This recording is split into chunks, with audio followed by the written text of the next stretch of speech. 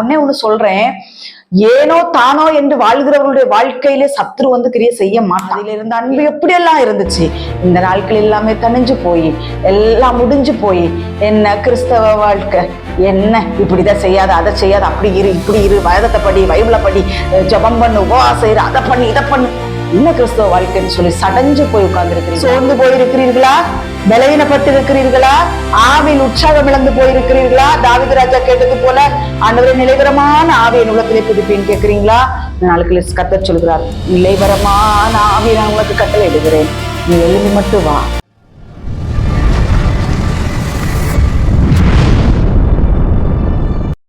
Praise the Lord. கர்த்தருடைய பிள்ளைகள் எல்லாரும் நல்லா இருக்கிறீங்களா? கர்த்தர் இன்னைக்கு ஜெபம் பண்ணிட்டு இருக்கும் போது கர்த்தருடைய பிள்ளைகளுக்கு கொடுக்கும்படியாக வார்த்தை கொடுத்தார். அந்த வார்த்தையில இந்த நாட்கள்ல கேட்டு கர்த்தருடைய பிள்ளைகள் பயன்பெறும்படியாக நான் ஜெபித்து கொண்டு இந்த வார்த்தையை நான் உங்களுக்கு கொடுக்கிறேன். வெளிப்படுத்தின விசேஷம் 3ஆம் அதிகாரம் 15வது வசனம். உன் கிரியைகளை அறிந்திருக்கிறேன். கர்த்தர் சொல்லுகிறாரு, நீ என்னென்ன காரியங்கள் என்னென்ன கிரியைகள் செய்திருக்கிறியோ அதை நான் அறிந்திருக்கிறேன். நீ நன்மையான கிரியைகள் செய்தாலும் சரி தீமையான கிரியைகள் செய்தாலும் சரி, நீ என்ன கிரியைகளை செய்திருக்கிறியோ அதை நான் அறிந்திருக்கிறேன். நீ குளிரும் அல்ல அனலும் அல்ல, நீ குளிரையாவது அனலையாவது இருந்தால் நலமா இருக்கும் என்று கர்த்தர் இந்த நாட்களில் சொல்கிறார்.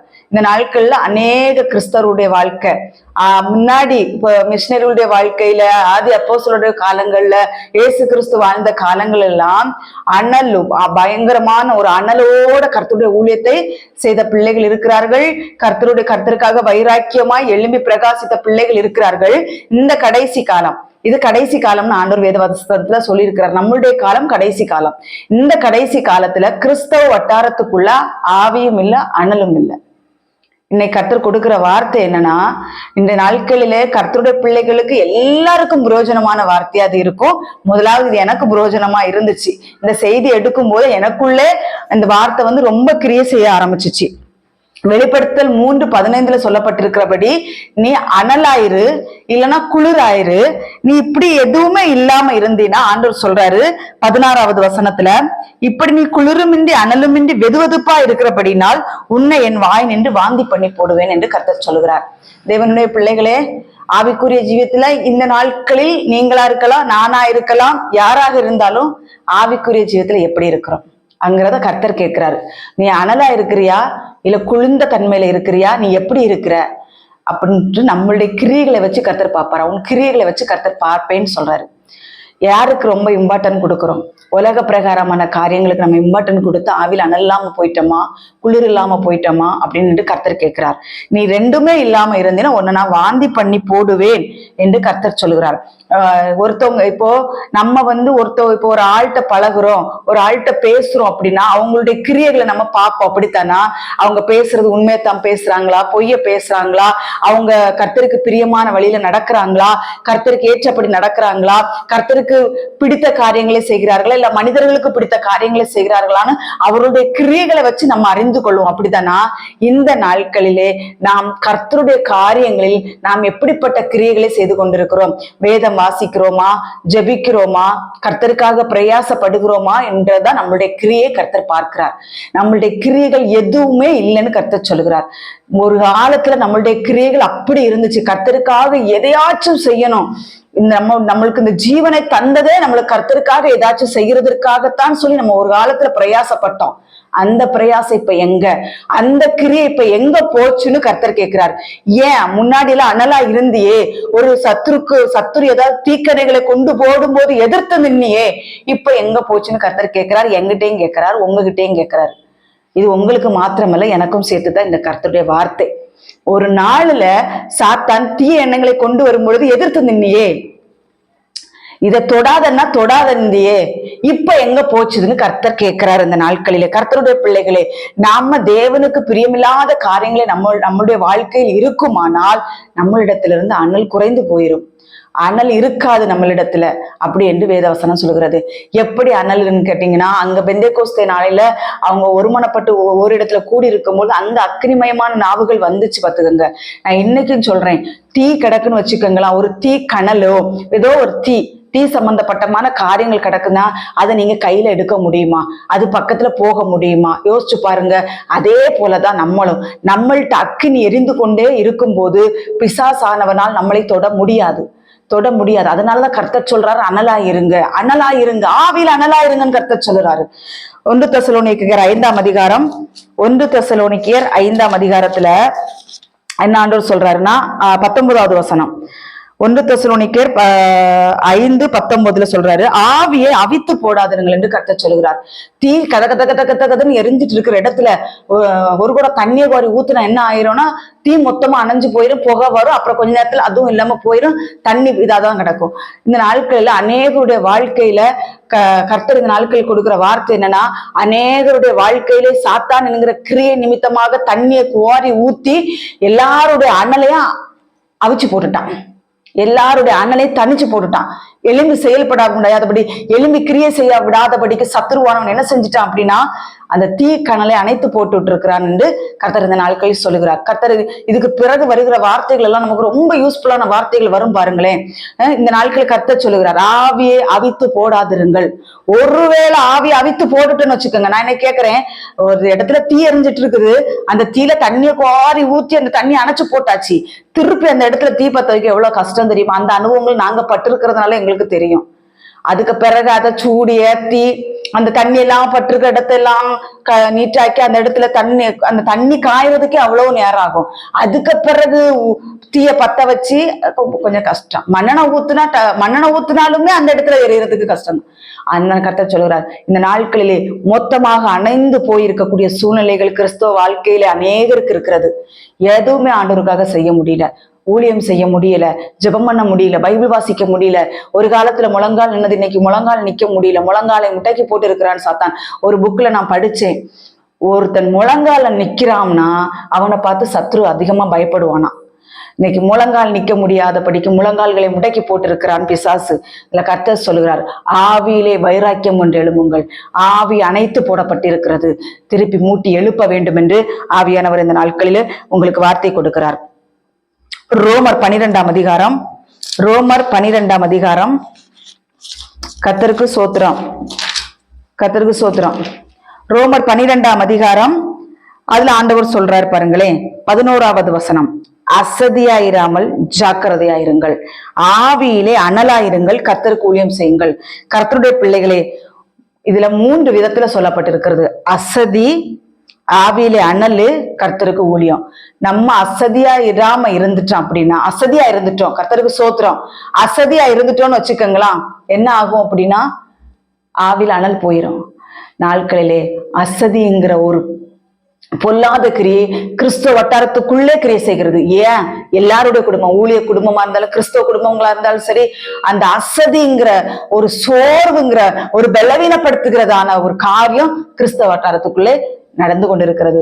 ஒரு சகோதரி முன்னாடி எங்கிட்ட சொல்லியிருக்கிறாங்க, இந்த நாட்கள்ல கிறிஸ்தவர்கள் எழும்பி பிரகாசிக்காம, கிறிஸ்தவர்கள் ஜெபிக்க விடாம, இந்த கடைசி காலத்திலே சத்துருவானவன் அத்தனை பேரை மடங்கடிச்சு போட்டிருக்கிறான்.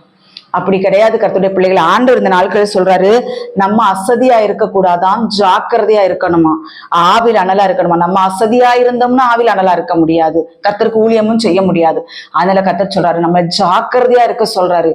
நம்ம இந்த நாட்கள்ல எழும்பணும். ஒரு நிறைய பஞ்சு கிடக்குதுன்னா, அந்த பஞ்சுல ஒரு தீ நெருப்பை கொளுத்தி விட்டுட்டோம்னா அந்த பஞ்சு எப்படி எரியும்.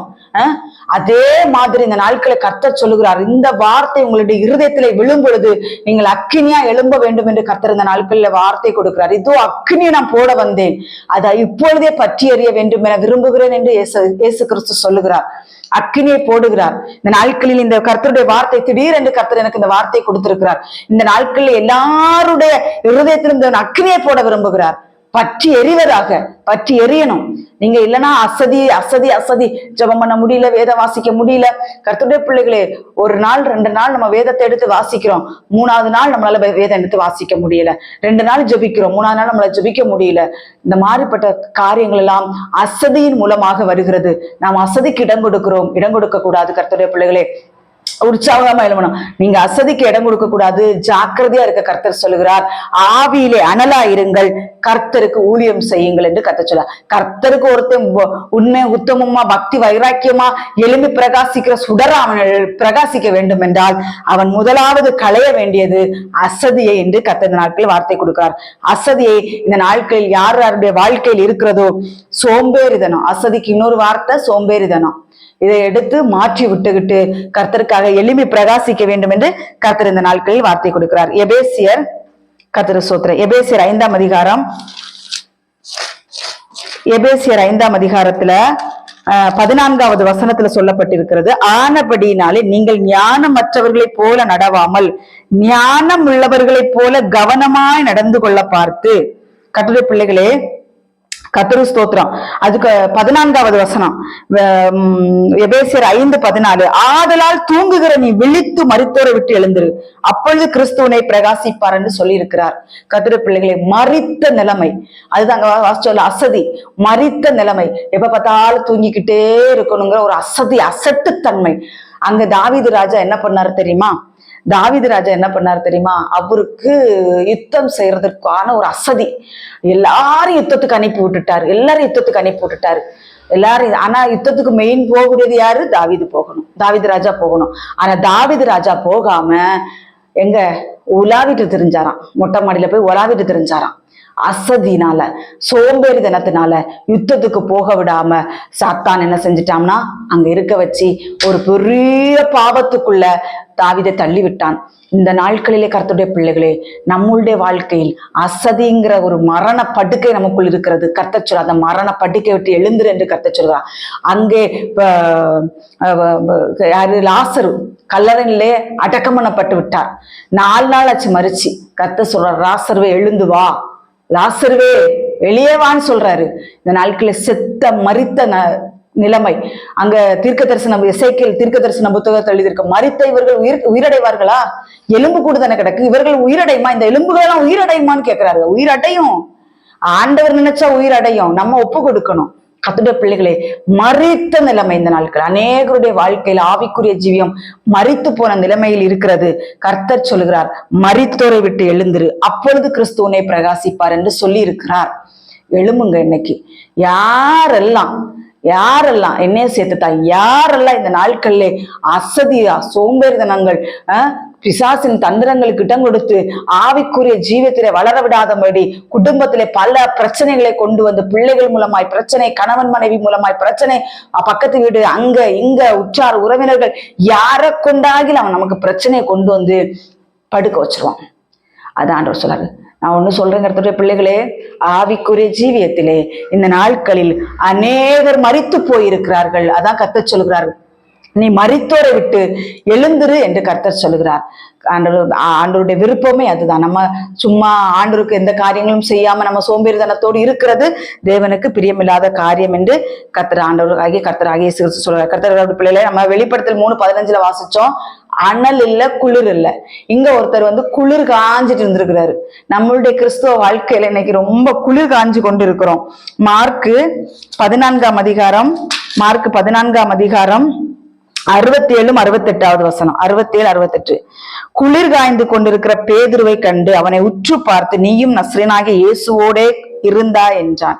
கர்த்தருடைய பிள்ளைகளே, குளிர் காயக்கூடிய நிலைமை வரும் பொழுது நம்ம இயேசுவை மறுதலிப்போமா? இங்க பேதுரு என்ன செய்யறாரு? ஆண்டவரே, உமக்கு இது நேரிடக்கூடாது, மரித்தாலும் நான் அவங்க கூட மரிப்பேன் அப்படிங்கிற வார்த்தையெல்லாம் விட்ட பேதுரு என்ன செய்யறாரு? இங்க குளிர் காய்ந்து கொண்டிருக்கிறாராம். அனலும் இல்லை, குளிரும் இல்லை.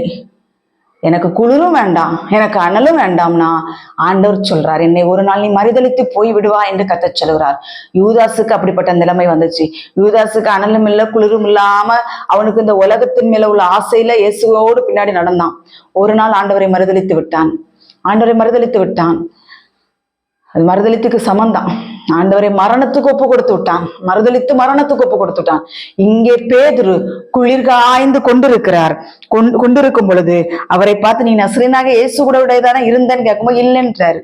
அடுத்த வசனம், அதற்கு அவன், நான் அறியேன், நீ சொல்லுகிறது எனக்கு தெரியாது என்று மறுதலித்து வெளியே வாசல் மண்டபத்துக்கு போனான். அப்பொழுது சேவல் கூவிற்று. கர்த்தருடைய பிள்ளைகளே, எவ்வளவு பேதுரு வைராக்கியமா இருந்தார் தெரியுமா? நீங்க முந்தின வசனங்கள்லாம் வாசிச்சு பாருங்க. இந்த கல்லின் மேல என் சபையை கட்டுவேன்னு சொன்னார் ஆண்டவர். அவ்வளவு பக்தி வைராக்கியமான மனுஷன். கடைசியில பார்த்தா அனலும் இல்லை குளிரும் இல்லாம போயிட்டாரு. போனோன்னு அங்க என்ன ஆயிடுச்சு அப்படின்னா, குளிர் காய்ந்து கொண்டு இருக்கிற மனுஷன்கிட்ட வந்து கேட்கறாங்க, நீ நசரேயனாக இயேசுவோட கூட இருந்தாங்க. எனக்கு அவரை தெரியாதுன்னு மறுதலிச்சிட்டான். இந்த நாட்களிலே நீங்கள் இப்படிப்பட்ட ஒரு நிலைமையில இருக்கும் பொழுது, அனலும் இல்லை குளிரும் இல்லை, ஏனோ தானோ என்று ஒரு கிறிஸ்தவ வாழ்க்கை. நான் ஒண்ணு சொல்றேன், ஏனோ தானோ என்று வாழ்கிறவர்களுடைய வாழ்க்கையிலே சத்ரு வந்து கிரியை செய்ய மாட்டான்.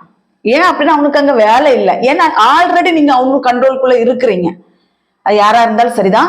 ஆல்ரெடி அனலும் இல்ல குளிரும் இல்லாமல் இருக்கும் பொழுது ஆல்ரெடி நீங்க அவனுக்கு கண்ட்ரோல்குள்ள நீங்க இருக்கிறீங்க. அதனால அவன் வந்து ரொம்ப நம்மளை தொட மாட்டான். ஆனா அனல் பற்றி எரிகிற நம்மளுடைய வாழ்க்கையிலே சத்ரு வந்து கிரியை செய்வான். சோர்ந்து போயிடக்கூடாது. இங்கே அவரு இந்த பேதுரு அந்த நேரத்திலே ஆண்டவரை மறுதலித்து போய்விட்டார் என்று வேதவசனம் சொல்கிறார். நம்மளுடைய வாழ்க்கையில் என்ன செய்யணும்? அனலும் குளிரும் இருக்க வேண்டும். ஒண்ணு அனலாயிரு, இல்லைன்னா குளிராவாது இரு, இல்லைன்னா நான் உன்னை வாந்தி பண்ணி போடுவேன் என்று எவ்வளவு ஒரு கடினமான வார்த்தை பாருங்களேன் கர்த்தருடைய பிள்ளைகளே. ஆனால் பேதுரு அதுக்கு பிறகு அவர் செய்தது பாவம் என்று தெரிந்து தேவனுடைய பாதத்திலே போய் கெஞ்சி அழுகிறார்.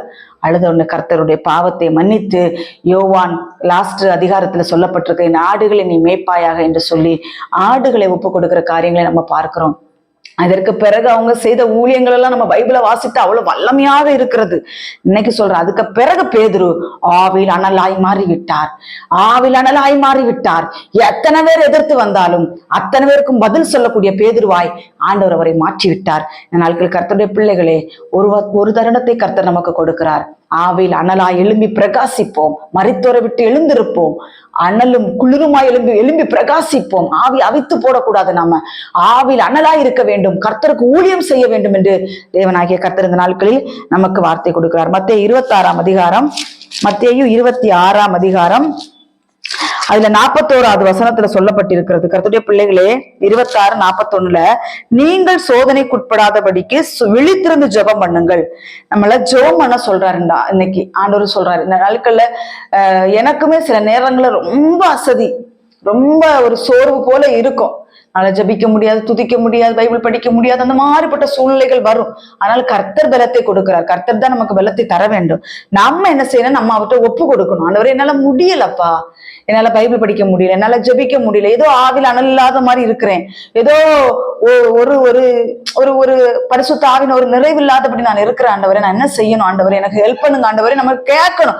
கேட்கிறவன் தான் பெற்றுக்கொள்வான், கேட்காதவன் பெற்றுக்கொள்ள மாட்டான். அப்போ நம்மளுடைய இருதயத்துல நமக்கே தெரியும், ஏதோ அனல் தணைஞ்சு போயிருக்குது, அனல்ல நமக்கு ஒரு இது இல்லையே அப்படிங்கிற மாதிரி ஒரு காரியம் இருக்கும் பொழுது ஆண்டவருடைய பாதத்துல போய் நம்ம கெஞ்சணும். ஆண்டவரே, என்னமோ தெரியல, என்னால எதுவுமே பண்ண முடியல, என்னால எனக்கு நீங்க ஹெல்ப் பண்ணுங்க ஏசப்பான்னு சொல்லி நம்ம அவரிடத்துல கேட்கும் பொழுது அவர் என்ன செய்வார் அப்படின்னு நமக்கு நிச்சயமாய் உதவி செய்வார் என்று வேதவசனம் சொல்கிறார். அதுக்கு அடுத்த பிந்தின பகுதியில் ஆவி உற்சாகம் உள்ளதுதான், மாமிசம் பலவீனம் உள்ளது என்றார். கர்த்தருடைய பிள்ளைகளே, நமக்குள்ள ஆவியானவர் இருந்து கிரியை செய்வார். எழும்பு ஜெபம் பண்ணு, எழும்பு பைபிள் படி, எழும்பு அங்க ஓடு இங்க ஓடு, ஊழியத்தை செய், அப்படி இப்படி நம்மளை ரொம்ப உற்சாகப்படுத்துவார் ஆண்டவர். ஆனா நம்ம மாமிசம் அதற்கு நேர் ஆப்போசிட்டா யோசிக்கும். நேர் ஆப்போசிட்டா, நான் இதெல்லாம் உணர்ந்திருக்கிறேன், எல்லாமே நான் உணர்ந்ததுனால தான் கர்த்தருடைய வார்த்தை நான் கொடுக்கிறேன். கர்த்தருடைய பிள்ளைகளை எழும்பவே முடியாது, அடிச்சு போட்டது மாதிரி இருக்கும். என்னன்னா மாமிசம். ஆனா உள்ளுக்குள்ள இந்த ஆவியானவர் சொல்வார், எலும்பு பிரகாசி, எலும்பும்பாரு. உடனே நமக்கு கீழ்ப்படிஞ்சு இப்ப இருக்கும்போது கொஞ்ச நேரம் ஒரு பலவீனம் போல இருக்கும், கொஞ்ச நேரம் துதிக்க முடியாத போல இருக்கும், கொஞ்ச நேரம் ஜபிக்க முடியாத போல இருக்கும். ஆனாலும் கர்த்தருடைய பாதத்திலே நாம் அமர்ந்து இருக்கும் பொழுது ஆவியை உற்சாகப்படுத்தி மாமிச பலவீனங்களை மாற்றி கர்த்தர் உற்சாகமா எழும்ப உதவி செய்வார். நமக்கு சோதனை வருதுன்னா ஜெபிக்க முடியாது. அதனாலதான் சோதனைக்கு உட்படாதபடிக்கு ஜெபம் பண்ணுங்கன்னு சொன்னாரு. நமக்கு ஒரு சோதனைகள், போராட்டங்கள், பிரச்சனைகள் வரும் பொழுது தேவ சமூகத்துக்கு நம்மளால போக முடியலையா, நம்ம ஆராய்ந்து பார்த்து மாமிசத்துக்கு இடம் கொடுக்காமல் ஆவியிலே பலன் கொண்டு எழும்பி கர்த்தருடைய பாதத்துல எப்படியாவது போய் உட்கார வேண்டும் என்று ஆண்டவர் சொல்கிறார். நாங்க கூட்டிட்டு போன சீஷர்கள் எல்லாம் நல்லா தூங்குனாங்க. ஆனா அவங்க சோதனைக்கு உட்பட்டுட்டாங்க. அதுதான் கர்த்தர் சொல்றாரு, நம்ம தூங்குவோம். ஆண்டவர் ஜெபம் பண்ண சொல்லும் போது நம்ம எழும்பி ஜெபம் பண்ணல, ஆண்டவர் எழும்பி வேதத்தை வாசிக்க சொல்லும் போது வேதத்தை வாசிக்கல அப்படின்னு ஏதோ ஒரு சோதனை. எனக்கு என்னுடைய ஆவிக்குரிய ஜீவியத்துல நான் அநேக காரியங்கள் உணர்ந்திருக்கிறேன். எழும்பி ஜெபம் பண்ண சொன்னா எழும்பி ஜெபம் பண்ணணும். எங்கேயோ யாருக்கும் ஒரு ஆபத்து, அந்த ஆபத்தை ஆண்டவர் தடுத்து நிறுத்திடுவார். யாருக்கும் ஒரு மரணம் தடுத்து நிறுத்திடுவாரு. நம்ம ஜெபம் பண்ணாத பட்சத்தில் மறுநாள் அந்த துக்க செய்தி நம்ம கேட்கக்கூடிய காரியங்கள் வரும். அதனால கர்த்தர் சொல்லுகிறார், எப்ப நமக்கு ஜெபம் பண்ண ஆவியானவர் ஏவுகிறாரோ உடனடியாக எழும்பி ஜெபம் பண்ண வேண்டும். ஆவியில் அதுதான் அனலா ஆக முடியும், இல்லைன்னா ஆவியில் அனலா ஆக முடியாது என்று ஆண்டவர் இந்த நாட்கள்ல வார்த்தை கொடுக்கிறார். எபேசியர் 4ஆம் அதிகாரம் 27வது வசனத்துல சொல்லப்பட்டிருக்கிறது. கர்த்தருக்கு ஸ்தோத்திரம். எபேசியர் 4:27. பிசாசுக்கு இடம் கொடாமலும் இருங்கள். நாட்கள் அநேகர் பிசாசுக்கு இடம் கொடுத்து வச்சிருக்கிறோம். பிசாசு ஈஸியா, அதான் ஆண்டவராக இயேசு கிறிஸ்து பிசாசு சோதனைக்காரன் சோதிக்க வரும்பொழுது பிசாசை எதிர்த்து நின்னார். ஆண்டவர் எதிர்த்து நின்னாரா இல்லையா? யூதாசு ஒப்பு கொடுத்தான். இந்த நாட்களிலே யூதாசுக்கு உள்ள சாத்தான் புகுந்தான், தூண்டினான் என்னெல்லாம் வேதவசனம் சொல்லுது. இந்த நாட்களிலே செல்லின் மூலமாக அநேகரை பிசாசு தூண்டி கொண்டிருக்கிறான். பாரு, இன்னும் கொஞ்சம் பாரு, அடுத்ததை பாரு, அதுக்கு அடுத்ததை பாரு. ஒன்னும் தப்பு கிடையாது. சும்மா நம்ம நல்ல காரியத்தை தானே பாக்குறோம். இதுல என்ன தப்பு இருக்குன்னா அதுல கொஞ்சோல தேவையில்லாததையும் கொண்டு வந்துருவோம். அப்போ நம்மள்ட்ட ஆண்டவர் இன்னைக்கு சொல்லுகிறாரு, தூண்டுகிறானா இடம் கொடுக்காதே, பிசாசுக்கு இடம் கொடுக்காத. தூண்டுவான். முதல்ல அவனுடைய காரியமே தூண்டுறதுதான். யூதாச தூண்டுகிற காரியங்களை நம்ம இடம் கொடுக்க கூடாது. அது செல்போனாக இருக்கலாம், டிவியில ஏதாவது காரியங்களா இருக்கலாம், யார்ட்டையாவது போய் பேசுற காரியங்களா இருக்கலாம், யார் வீட்டுக்கு போறதாக இருக்கலாம். தூண்டுவார். போ வர்றது போல பாத்துக்கலாம், என்ன ஆகுது பாத்துக்க, கிளம்பு பாத்துக்கலாம்பா. இல்ல, ஆண்டவருடைய சத்தத்துக்கு செவி கொடுங்கள். நமக்கு நல்லது போல தெரியும் பிள்ளைகளே, நமக்கு நல்லது போல தெரியும். இதுல என்னதுதான் இந்த செல்போன்ல வந்துட போகுது, நம்ம நல்லதைத்தானே பாக்குறோம்னு. அதனால நீங்க நல்லா உணர்ந்திருப்பீங்க. செல்போன் வலைத்தளம்ங்கிறது ஒரு பொல்லாத அசுத்தாவினுடைய கிரிய. நல்லதும் வரும், தீமை வரும்.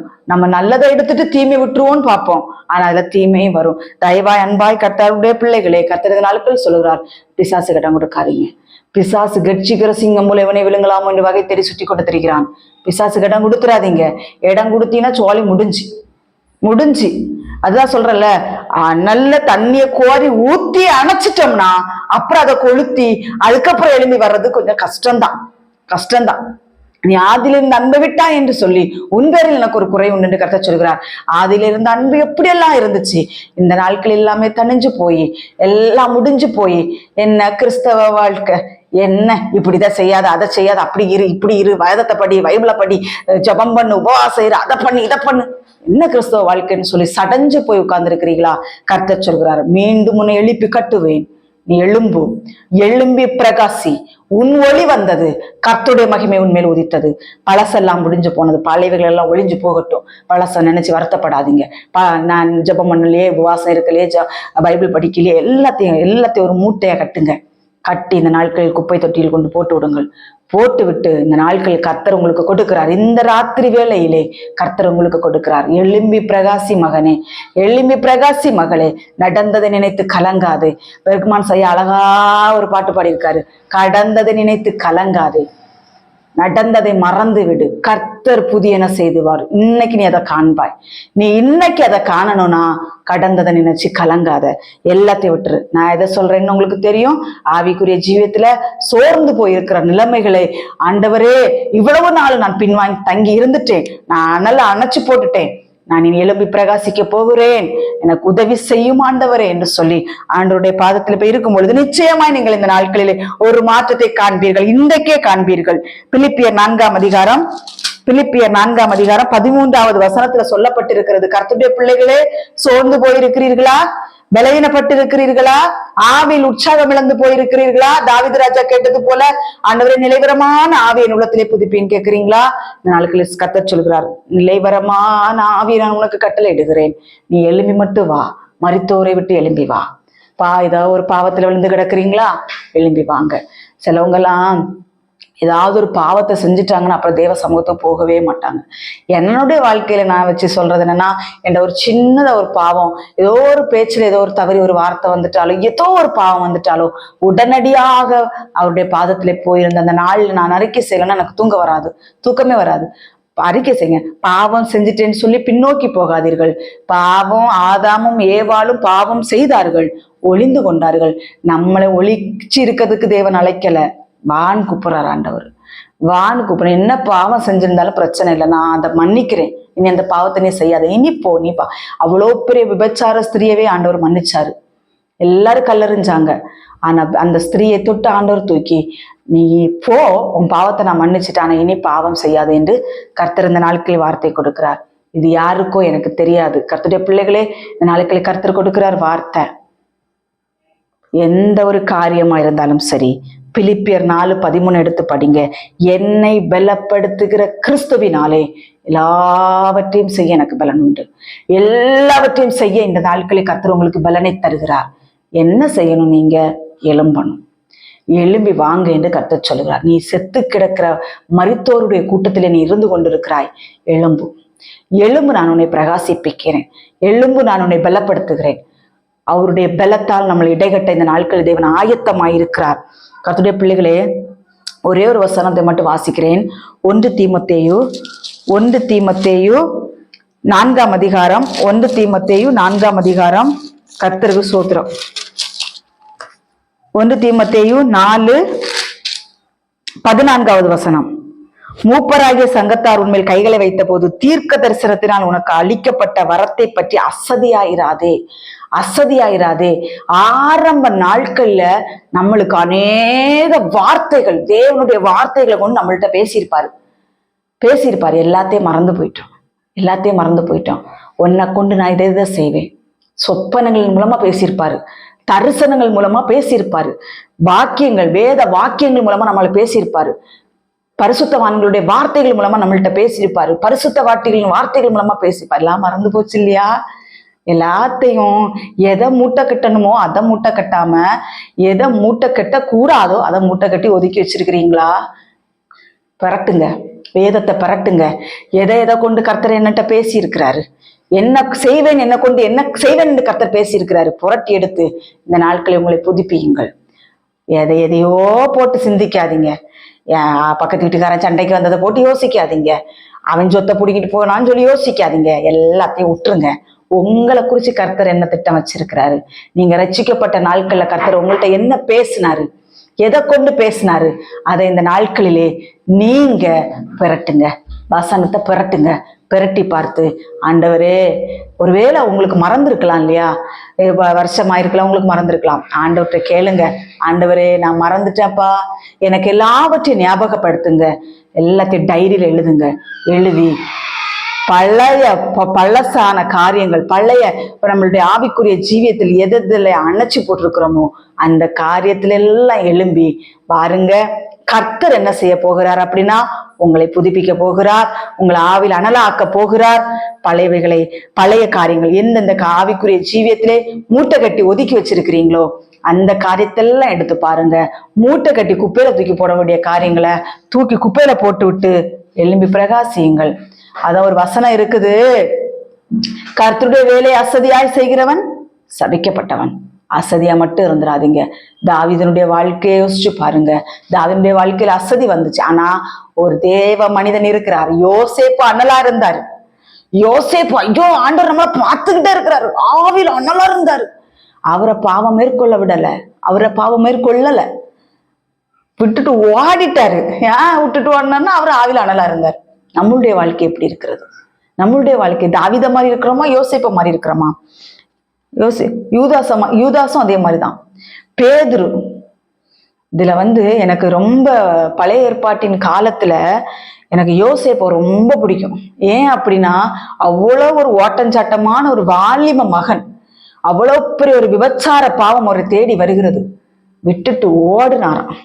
கர்த்தருடைய பிள்ளைகளே, பாவத்துக்கு எதிர்த்து நில்லுங்கள். பாவம் உங்களை தேடி வரும், வராதுன்னு சொல்லலை. நம்முடைய ஆண்டவராகிய இயேசு கிறிஸ்துவை தேடியே பொல்லாத சாத்தான் வந்தான். ஆண்டவர் எதிர்த்து நின்றார். வசனங்களை கொண்டு அவனை எதிர்த்தார். யோசேப்பு எதிர்த்தார், யோபு எதிர்த்தார். யோபு ஐயாவுடைய சரித்திரத்தெல்லாம் படிச்சு பார்த்தா அவ்வளோ இதா இருக்கு. இயேசு கிறிஸ்து, யோபு, யோசேப்பு, அப்போஸ்தலர்கள் பிசாசு எதிர்த்து நின்றார்கள், ஜெயம் பெற்றார்கள். தேவனுடைய பிள்ளைகளே, நம்மளுடைய வாழ்க்கை இன்னைக்கு எப்படி இருக்குது? ஆவியில் அனலாய் மாறுங்கள். கர்த்தர் இந்த நாட்களில் கொடுத்திருக்கிறார். அனலாயிருங்கள், அசதியாயிராதேயுங்கள், ஆவியில் அனலாயிருங்கள் என்று கர்த்தர் நாட்களில் வார்த்தை சொல்லுகிறார். தனிந்து போன நிலைமையிலிருந்து எழும்பி வாருங்கள். என்ன பாவமா இருக்கலாம், எவ்வளவு பெரிய பாவம், மனிதர்கள் உங்களை தூசித்து கொண்டிருக்கலாம். நீ இந்த பாவம் பண்ண மனிதர்கள் தூசிக்கலாம். ஆண்டவர் சொல்றார், உன் பாவத்தை நான் மன்னிச்சிட்டேன், எழும்பி வா, சோர்ந்து போய் மூலையில கிடக்காதுன்னு கர்த்தர் சொல்லுகிறார். மரித்த கூட்டத்துல கிடக்குறீங்க, எழும்பி வாங்க என்று கர்த்தர் சொல்லுகிறார். நீங்க எழும்பி வந்தீங்கன்னா கிறிஸ்து உங்களை பிரகாசிப்பார் என்று சொல்லி இருக்கிறார். நம்ம எழும்பாத வரைக்கும் பிரகாசிக்க முடியாது. ஜெபம் பண்ணுங்க, நல்ல ஆண்டுடைய பாதத்துல போய் தண்ணி மேல உட்காருங்க. தண்ணி மேல உட்கார்ந்து அந்நிய பாஷையில் பேச வேண்டும் என்று கர்த்தர் நாட்கள் கொடுக்குறார். எவ்வளவு தூரத்துக்கு நம்ம அந்நிய பாஷையில் தண்ணி மேலே பேசுகிறோமோ அந்த அளவுக்கு ஆவியில் அனலாய் மாறுவோம். அனல் உங்களுக்கு வேணுமா சிஸ்டர்? எல்லா அனலும் தணிஞ்சு போய் என்னால எழும்பி பிரகாசிக்கவே முடியல, என்னால முடியாது அப்படிங்கிற ஒரு சுச்சுவேஷன்ல இருக்கிறீங்களா? ஆண்டவர் சொல்றாரு, தனிமையாவா அந்த அந்நிய பாஷையில் நீ நிற, ஆட்டோமேட்டிக்கா உனக்கு மேல அனலை நான் இறக்குவேன் என்று கர்த்தர் சொல்கிறார். சும்மா போய் உட்கார வேண்டாம், போய் முழங்கால நில்லுங்க. முழங்கால் நிக்க முடியாதவங்க உட்கார்ந்து அந்நிய பாஷையிலே, ஆவியில நிறைந்த அந்நிய பாஷையிலே நீங்கள் பேசுங்கள். அந்நிய பாஷை பேசுகிறது மனிதர்களுக்கும் தெரியாது நம்ம என்ன பேசுறோம்னு, மற்ற மாதிரி பிசாசுக்கும் தெரியாது. நம்ம பேசுகிற அந்நிய பாஷை தேவனோடு ரகசியங்களை பேசி கொண்டிருக்கிறோம். பரலோக பாஷை அது. பேச பேச பேச பேச இங்க ஆவில் அனல் கொண்டு எழும்புவோம். தீய கிரியைகள் நம்மளை விட்டு மாறி போகும். கர்த்தர் சொல்கிறார், எழும்பி பிரகாசி, உன் ஒளி வந்தது, கர்த்தருடைய மகிமை உன்மேல் உதித்தது என்று தேவனாகிய கர்த்தர் இந்த நாட்களில் வார்த்தை கொடுக்கிறார். கர்த்தருடைய பிள்ளைகளே, முதலாவது இது எனக்கும் என்னுடைய குடும்பத்துக்கும், இரண்டாவது தான் பிறருக்கு. எல்லாரும் இந்த கர்த்தருடைய வார்த்தையை நீங்கள் ஏற்றுக்கொண்டு இந்த நாட்களில் எழும்பி பிரகாசிப்பீர்களாக. இயேசு கிறிஸ்து சீக்கிரம் வரப்போகிறார். அத்தனை பேரும் அவன் நினைச்சிட்டான், நான் எல்லாரையும் முடக்கி போட்டேன், யாரும் ஜெபம் பண்ண முடியல, யாரும் தேசத்துக்காக ஜெபிக்க முடியல. இன்னைக்கு அப்படிதான் இருக்கு மக்களே. இன்னைக்கு என்னை அப்படிதான் இருக்குது. ஏதாவது ஒரு கன்வென்ஷன், ஏதாவது ஒரு உபவாச பிரேயரு, ஏதாவது ஒரு பிரேயர்ல போய் கத்துறாங்க, கூவுறாங்க, எல்லாம் பண்றாங்க. ஆனா வீட்டிலே வந்தால் வேதம் வாசிப்பு இல்லை, ஜபம் இல்லை, எதுவுமே இல்லை. ஆண்டவர் சொல்றாரு, 4 பேர் மத்தியில இல்லை, நீ தண்ணி அறையில என்னிடத்துல இருந்து ஜபம் பண்ணு. உன்னுடைய ஜபத்தை நான் கேட்கிறேன். உன்னை நான் ஆவில் அனலுள்ளவளாய் மாற்றுகிறேன். பாவத்தின் கிரியைகள் உன்னிடத்தில் நெருங்க விடாதபடி அதை நான் இப்பொழுதே சுட்டரிக்கிறேன் என்று கர்த்தர் சொல்கிறார். ஒப்பு கொடுங்க. நீங்க ஒப்பு கொடுத்தால் மட்டும் போதும். கர்த்தர் கொடுத்த ஆலோசனை, தனியாக வந்து அந்நிய பாஷையில் நீங்கள் நிரம்புங்கள். அந்நிய பாஷை வரம்பெறாத பிள்ளைகள் அந்நிய பாஷையை கர்த்தரிடத்தில் கேட்டு பெற்றுக்கொள்ளுங்கள். கர்த்தர் தாம் இந்த வார்த்தைகளை ஆசீர்வதிப்பாராக. ஆமென். ஒரு சிறிய ஜெபம். பரலோகத்தில் இருக்கிற எங்கள் பிதாவே, பரிசுத்ததா தெய்வமே, நாங்கள் ஸ்தோத்திரிக்கிறோம். இந்த நாட்களில் எங்களுக்கு நீங்க போதிச்சீங்க, சப்பாவில் அனலாயிருங்கள். அனலாவது குளிரையாவது நீ இரு, நீ அனலும் இல்லாமல் குளிரும் இல்லாமல் இருந்தவன் என் வாயிலிருந்து வாந்தி பண்ணி போடுவேன் என்று நீங்க சொல்லியிருக்கீங்க. சப்பா, எங்களுக்கு அப்படிப்பட்ட நிலைமை வரக்கூடாது ஆண்டவரே. எங்களுடைய வாழ்க்கையிலே அப்பா நாங்கள் பாவங்கள் செய்து ஆண்டவரே சோத்திர ஒரு பின்மாற்றத்துல நாங்கள் இருப்போமானால் இந்த நாட்கள்ல ஆண்டவரே நீங்க எழும்ப சொல்லியிருக்கீங்கப்பா, மரித்தோரை விட்டு எழும்ப சொல்லியிருக்கீங்கப்பா, அசதியா இருக்கக்கூடாது, ஆவில் அனலா இருக்கணும் என்று சொல்லியிருக்கீங்கப்பா. ஆண்டவரே எங்களை நீங்க அனலாக்குங்க ஏசப்பா. நாங்கள் எங்களை ஒப்பு கொடுக்கிறோம் ஆண்டவரே. நீர் எங்களை அனலாக்கி ஆவில் அனலுள்ளவர்களாக்கி நாங்கள் உமக்கு ஊழியம் செய்ய எங்களை பலப்படுத்துங்கப்பா. எங்களுடைய வாழ்க்கையில் அநேக அசதிகள் காணப்படுகிறது அப்பா, சோம்பேறித்தனங்கள் காணப்படுகிறது, உமக்கு பிரியமில்லாத காரியங்கள் எங்களுக்கு காணப்படுகிறது. எல்லாவற்றையும் இயேசுவின் நாமத்தினாலே மாற்றி போட்டப்பா. ஆவியில் எங்களுக்கு ஒரு அனலை தந்து எங்களை பலப்படுத்துகிற நேசரை எங்களை பலப்படுத்துங்க. நாங்கள் இந்த நேரத்தில் எழும்பி வருகிறோம் அப்பா. எங்கள் மரண தருவாயிலிருந்து நாங்கள் எழும்பி வருகிறோம் அப்பா. எங்களை நீங்க பலப்படுத்துங்க, ஆசீர்வதிங்க. இந்த வார்த்தையை கேட்ட எல்லா பிள்ளைகளையும் கர்த்தர் ஆவியில் அனலுள்ளவர்களாய் மாற்றுமாறு ஜெபிக்கிறோம் கர்த்தாவே. ஒவ்வொரு பிள்ளைகளும் இந்த நாட்கள் எழும்பி பிரகாசிக்கிற சுடர்களாய் காணப்பட என் தேவன் உதவி செய்ய முடியாது ஜெபிக்கிறோம். கிருபையாயிரும் ஆசீர்வாதம். ஆசீர்வதியும். துதிகன மகிமையின் அப்பாவுக்கே செலுத்துகிறோம். இயேசு கிறிஸ்துவின் மூலம் ஜெபிக்கிறோம் பிதாவே. ஆமென் ஆமென். கர்த்தர் தாமே உங்கள் அனைவரையும் ஆசீர்வதிப்பாராக. ஆமென். ஸ்தோத்திரம்.